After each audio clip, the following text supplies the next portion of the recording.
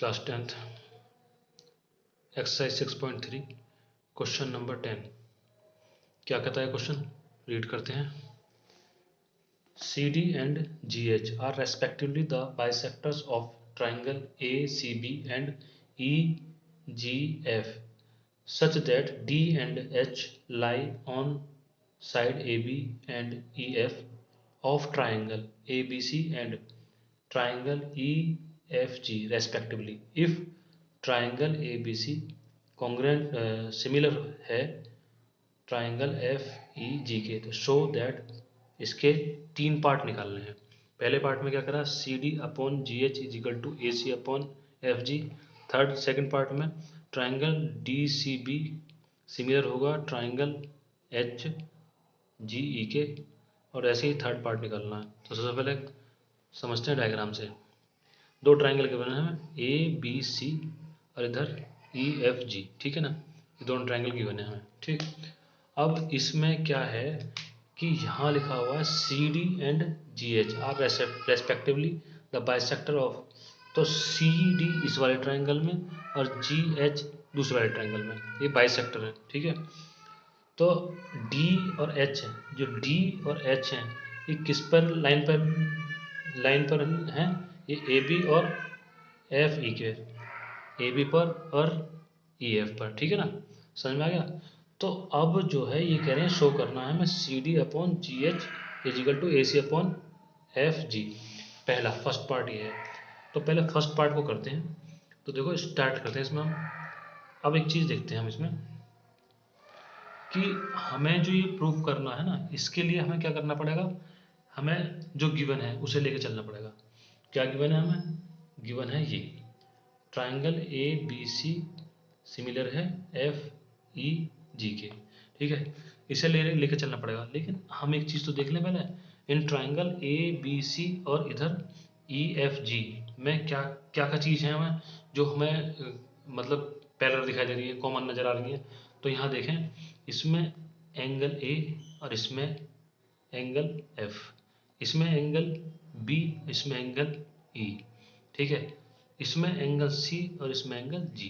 ठीक, ये चीज़ हमें दिख रही है कि सिमिलर है।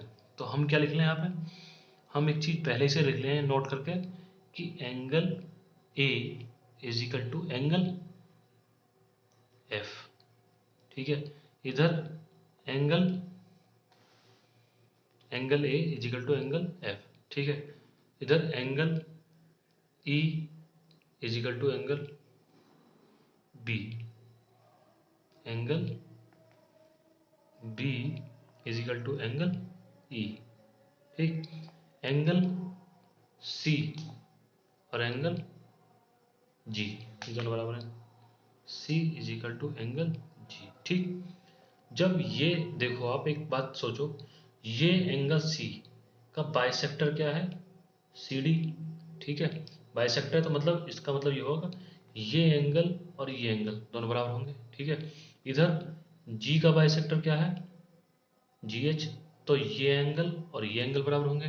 तो मैं यहाँ लिख लूँ पहले से कि एंगल 1 इज इक्वल टू, जब C G के बराबर है तो क्या होगा, एंगल 1 और angle 3, and angle 2 is equal to angle 4। ठीक है, ये कैसे होंगे, बराबर होंगे। ठीक, अब इन पे इक्वेशन डालते हैं हम। इक्वेशन डालने से पहले एक चीज़ लिख दें कि बराबर क्यों है, इस पे लिखते हैं हम corresponding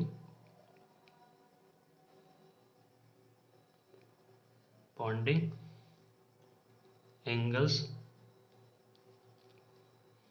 are equal of two similar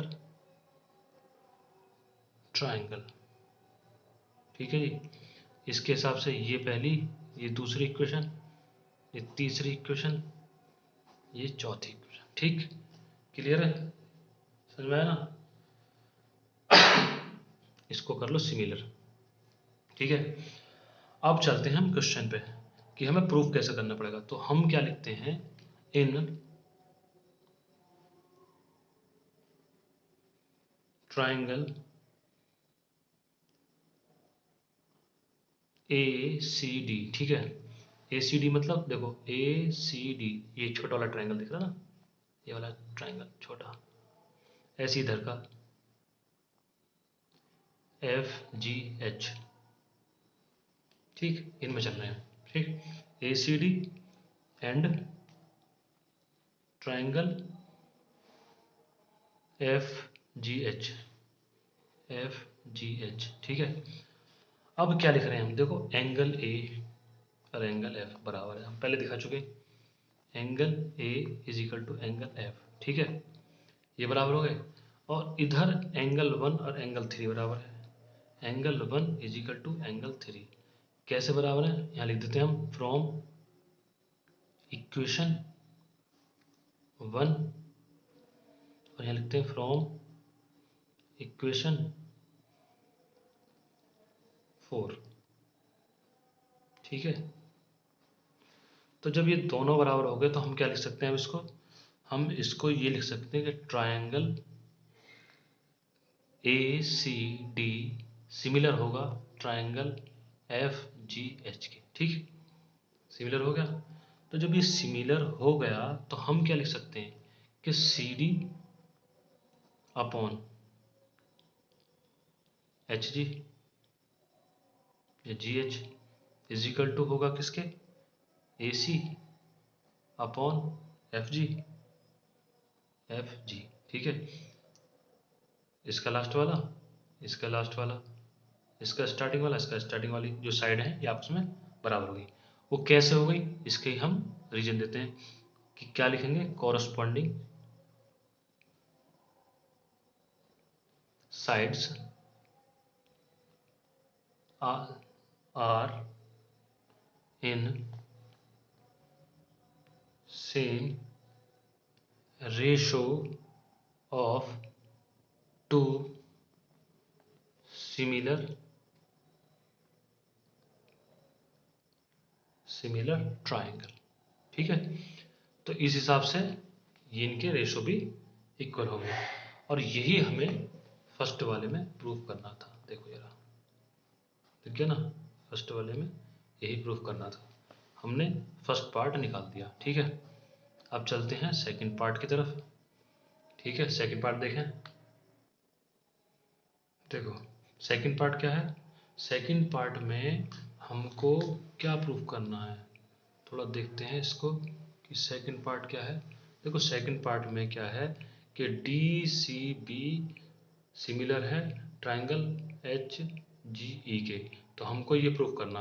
अब ये डी सी बी कहाँ है, देखो भैया डी सी बी दूसरा वाला दिख रहा ना, डी सी बी इधर क्या है, एच जी ई, ये दोनों ट्रायंगल की बात चलेगी अब, ठीक है, दिख रहा ना दोनों ट्रायंगल। तो इसमें हम क्या लिखें, हम इसमें लिखेंगे कि angle B is equal to angle E के, ठीक, ये हो गया बराबर दोनों। अब एक लिखेंगे एंगल टू, एंगल टू बराबर है किसके, एंगल फोर के, ठीक, किससे, हम लिखते हैं फ्रॉम, देखो यहाँ पे दिख रहा ना, angle B is equal to E के, किससे, इक्वेशन टू से, फ्रॉम इक्वेशन टू। और दूसरा क्या है, ये किससे है, टू और फोर किससे बराबर है, फोर से, फ्रॉम इक्वेशन फोर से, ठीक है। जब हमने ये दोनों बराबर दिखा दिए तो अब हम क्या दिखाएंगे, हम क्या लिखेंगे, हम लिखेंगे triangle D C B similar है किसके, ट्रायंगल एच जी ई के, ठीक, कैसे, angle angle similarity,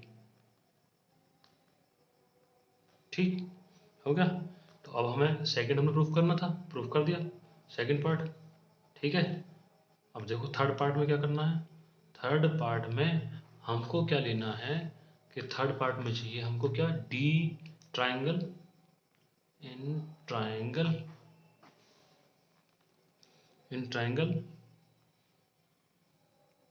D C A and triangle H G F में, ठीक है, एच जी एफ में।